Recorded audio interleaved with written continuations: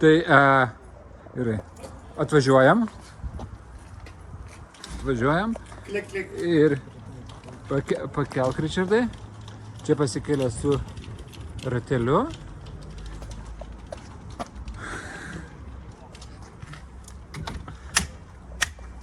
Klik padarė. Stabdis. Ir tada čia, į apačią reikia tą paspausti. Bet parodė, kad lengva. Važiuoja, buvo visiškai, aš nestumiu, tai pati suvažiuoja praktiškai. Gerai. Užsifiksavo, tada šitos nuleidžiam, pasiimsim atgal. Klik.